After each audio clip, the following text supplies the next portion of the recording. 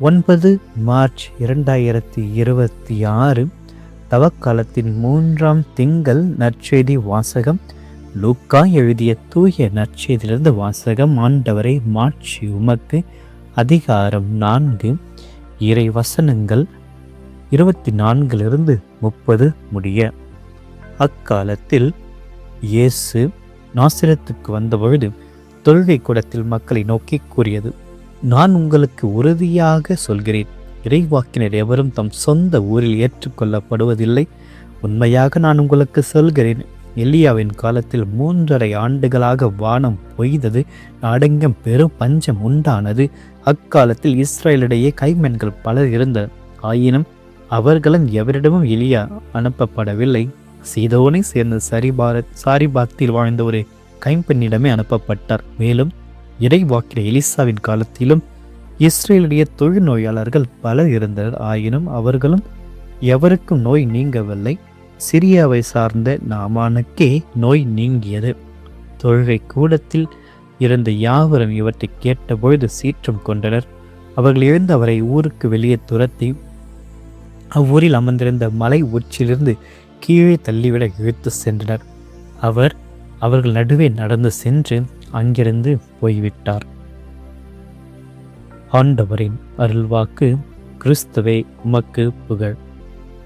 இயேசுவில் பிரியமான சகோதர சகோதரிகளை, தொடங்கியிருக்கின்ற இந்த புதிய வாரத்தில் நம்முடைய ஒவ்வொரு பணிகளையும் பயணங்களையும் படிப்பையும் சமர்ப்பித்து இறைவனுடைய அன்பினால் பிரசன்னத்தின் அனைத்து நிகழ்ச்சிகளும் வெற்றியடையவும் மகிழ்ச்சி அடையவும் நாம் தொடர்ந்து ஜெபிப்போம். இன்றைய நாளில் நீங்கள் ஜெபிக்க இருக்கின்ற இந்த காணொளி மூலமாக சமர்ப்பிக்கப் போகின்ற ஒவ்வொரு மன்றாட்டுக்களையும் என்னுடைய திருப்பலி கருத்துக்கோடு இணைத்து ஜெபிக்கிறேன்.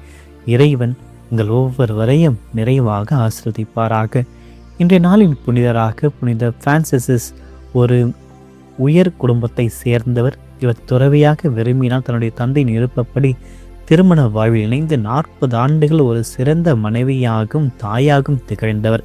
இல்லற கடமைகளை செய்வதிலும் கடவுளை காணலாம் என்று புதித்த அவர் உரோமையில் பஞ்சம் மற்றும் நோய் பரவிய போது தனது செல்வத்தை ஏழைகளுக்காக செலவிட்டு அவர்களுக்கு பணிவடை புரிந்தவர். தன்னை வாழ்நாள் முழுவதும் தனது பாதுகாவல் தூதரை நேரில் காணும் வரத்தை அவர் பெற்றிருந்தார். அந்த தூதர் ஒலிவுக்கு ஏந்தி வழிகாட்டியாக கூறப்படுகிறது. 1425ஆம் வருடத்தில் மரியாவின் ஒபலேட் சபையை நிறுவிய அவர் கணவரின் மறைவுக்கு பின் அதில் இணைந்து துறவியாக வாழ்ந்து மறைந்தார். தேவதூதர் இவருக்கு ஒளியூட்டி வழிகாட்டியதால் இவர் வாகன ஓட்டிகளினுடைய பாதுகாவலராக போற்றப்படுகிறார். இந்த நாளில் இவர் வழியாக நம்முடைய ஒவ்வொரு மன்றாட்டுக்களையும் இறைவனிடத்தில் நாம் சமர்ப்பித்து ஜெபிப்போம். பிரியமானவர்களே, இன்றைய நற்செய்தியில் ஒரு வேதனையான முரண்பாடு இருக்கிறது. இயேசுடன் வளர்ந்த நாசரேத்து மக்கள் தங்களுக்கு எல்லாம் தெரியும் என்ற கர்வத்தினால் தங்களுக்கு முன்னால் நிற்கும் மெஸ்ஸியாவை அடையாளம் காண தவறுகிறார்கள். கடவுளை தங்கள் குறுகிய அறிவுக்குள் அடக்க முயல்கிறார்கள். அதற்கு இயேசு உடன்படாத பொழுது அவர்கள் அன்பு கோபமாக மாறுகிறது. அந்த கோபம் அவரை மலை மீது தள்ளி கொல்லக்கூட துணிய வைத்திருக்கிறது. ஆக இந்த நாசரேத்து மக்கள் இயேசுவை தச்சனின் மகனாக மட்டுமே பார்க்கிறார்கள். அந்த பழக்கம் அவருடைய இறைத்தன்மையை அவர்கள் காண விடாமல் தடுத்து அவருடைய இறைத்தன்மையை கொச்சைப்படுத்துகிறது. நாமும் நம்முடைய வாழ்க்கையில் பல நேரங்கள் இப்படிதான் இருக்கிறோம். நம் மேற்கொள்கின்ற ஜபத்தையும் சரி, பங்கேற்கின்ற திருப்பலியும் சரி, வெறும் பழக்கமாக மாறுகின்ற பொழுது கடவுள் மேற்கொள்கின்ற ஒவ்வொரு புதுமையை, ஆசீர்வாதத்தை, புதிய கிருபையை நாம் உணர மறுக்கிறோம்.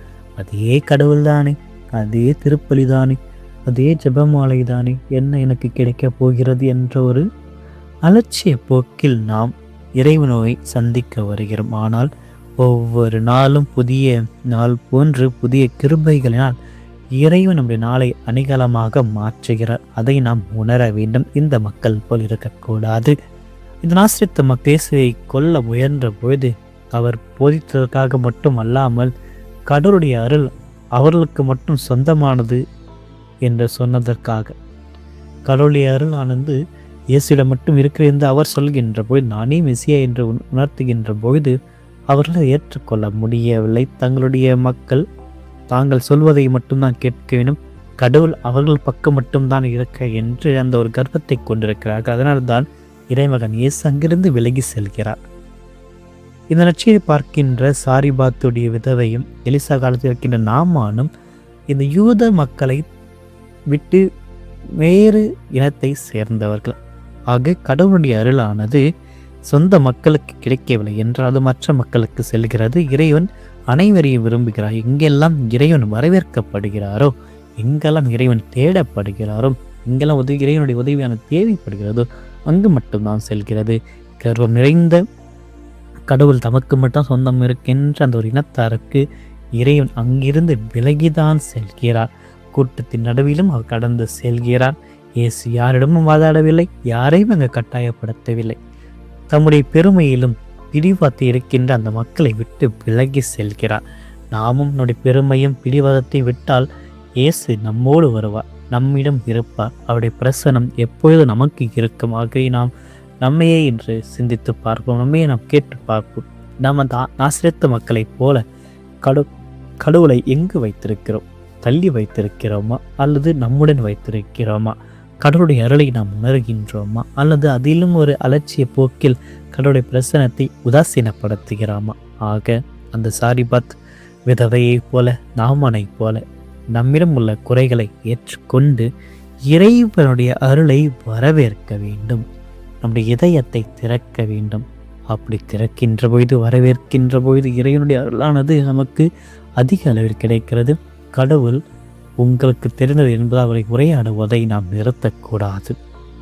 இறைவனோடு உரையாட வேண்டும். நம்முடைய இதயத்தை மாற்றுகின்ற ஒரு சக்தி இறைவனிடத்தில் தான் இருக்கிற நம்பிக்கையில் இந்த நாள் முழுவதும் இறை நம்பிக்கையிலேயே இருப்போம், இறை பிரசன்னத்திலேயே இருப்போம்.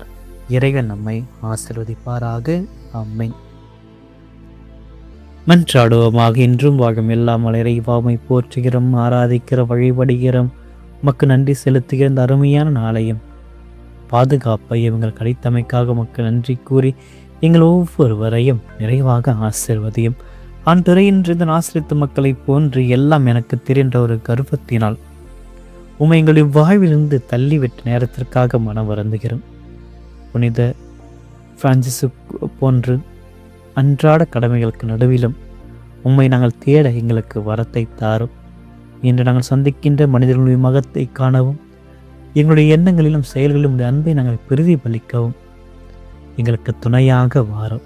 நான் செல்லும் பாதையெல்லாம் ஆண்டவரை நீரே எங்களுக்கு ஒளியாக இருந்து எங்களை வழி நடத்தும். நம்பிக்கை நாங்கள் வளரவும், உடைய திருவிழா பணிக்கு நாங்கள் நடந்து செல்லவும் எங்களை திடப்படுத்தியலும், தூய ஆவினங்களை ஆசீர்வதித்து பலப்படுத்தியலும். ஆண்டவரே, அமைதியற்று கிடைக்கின்ற இந்த உலகம் பல இடங்களில் பல போரினால், சஞ்சலத்தினால், பகைமையினால், அதிகாரத்தினால் அமைதி இழந்திருக்கின்ற அந்த ஒரு நிலையில் அந்த நாடுகளை நம்முடைய பாதத்தில் வைத்து செபிக்கிறோம். ஆண்டவரே, நாடுகளுக்கிடையே நிலவுகின்ற போர்கள், வன்முறைகள் அனைத்தும் நீங்கி உமது உண்மையான அமைதியும் ஒற்றுமையும் நிலவ செய்தரலும்.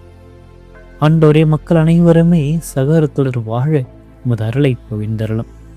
இந்த மாதத்தில் பொது தேர்வுகள் மற்றும் ஆண்டு தேர்வுகளை எழுதுகின்ற ஒவ்வொரு மாணவ மாணவியர்களை ஆசீர்வதித்தரலும். அவருடைய தேர்வுக்காக செபிக்கிறோம். நல்ல ஞானத்தையும் கல்வியும் அளித்தவளை ஆசீர்வதித்தரலும். அவர்களின் பயமின்றி தெளிவான மனதுடன் தேர்வுகளை எதிர்கொள்ள தேவையான ஞானத்தையும் நினைவாற்றலையும் தன்னம்பிக்கையையும் அவர்களுக்கு தந்தரலும். தாங்கள் படித்தவற்றை துல்லியமாக நினைவு கூர்ந்து சிறப்பாக தேர்வு எழுதி அதில் வெற்றி பெற அவர்களுக்கு உதவியாக வாரம்.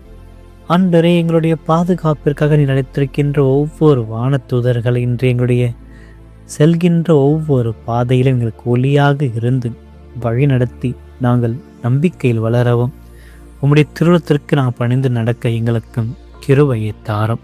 அன்று எங்கள் ஒவ்வொருவரையும் ஆசீர்வதித்திலும் உம்மை நாங்கள் நம்ப வேண்டும், உம்முடைய பிரசனத்தை நம்ப வேண்டும். உமது அருளை நாங்கள் பெற்றுக்கொள்ள, உம்முடைய வார்த்தைகள் எங்கள் இதயத்தில் ஏற்றுக்கொள்ள, எங்களுடைய இல்லத்தில் வரவேற்றிட, எங்களுடைய இருந்து பயணித்து எங்களை பலப்படுத்தி ஆசீர்வதித்திலும் எங்களுடைய உச்சம் தலை முதல் உள்ளங்கால் வரை எங்களை ஒவ்வொரு உடல் பாகத்தையும் தொட்டு ஆசீர்வதித்து இதை உமக்கே அர்ப்பணிக்கின்ற ஒரு பாக்கியத்தை இன்று எங்களுக்கு தந்திரலும். ஆண்டவரே, நீர் எங்களுடன் பயணித்திருப்பதினால் இந்த நாள் முழுவதும் நாங்கள் வெற்றியடையவும் மகிழ்ச்சி அடையவும் அமைதியில் வாழவும் எங்கள் ஒவ்வொருவரையும் ஆசீர்வதித்து பலப்படுத்தி காப்பாற்றிலும்.